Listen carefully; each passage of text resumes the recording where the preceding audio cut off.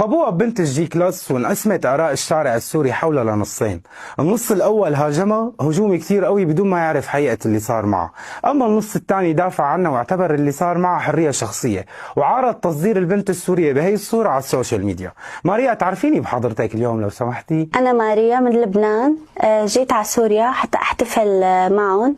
عندي جذور سورية وأهل بابا مقيمين هون. يعني اليوم الفرحة اللي أنت جيتي تشاركيها للسوريين كونه عندك جذور سورية سببت لك شيء قلب حياتك من فوق لتحت، فينا نقول صح؟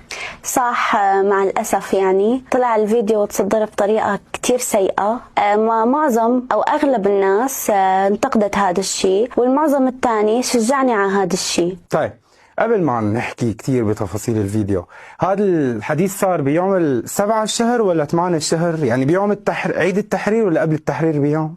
هذا الموضوع كله صار ب7 الشهر. كنا طالعين حتى نحضر المباراة ونحتفل. مين كان معك وقتها بالسيارة؟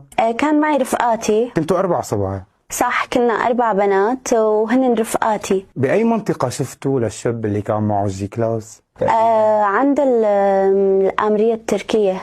طيب، خلينا نفوت شوي بتفاصيل الفيديو. طبعا الفيديو كلياتكم شفتوه، هلا نحن حنحط لكم اياه لنرجع نذكر بالفيديو. مرحبا ريس، شو اخبارك؟ ماشي الحال؟ كله تمام؟ كله تمام. مرحبا، كيفك؟ شو اخبارك؟ ماشي الحال؟ كله تمام؟ كله تمام.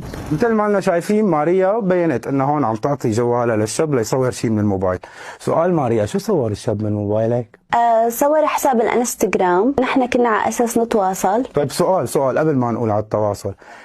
نحن شفنا اللحظة اللي عم تعطيه فيها الموبايل، من امتى كان في تواصل بينك وبينه؟ يعني السيارتين من امتى كانوا جنب بعض وعم بصير تواصل بيناتكم؟ ما هو صار التواصل تقريبا من اول طريق الآمرية، ونحن وهو كل الوقت كان ماشي حدنا وعم يتواصل معنا.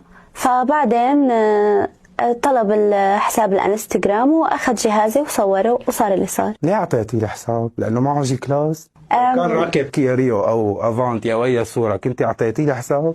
هلا مو موضوع السيارة او هيك، بس موضوع تعارف يعني. لانه اليوم اغلب العناوين على السوشيال ميديا عم تنتشر بايفون 17 وبجي كلاس تقدر تطبق بنت سورية. نحن نصحح هاي الصورة للعالم.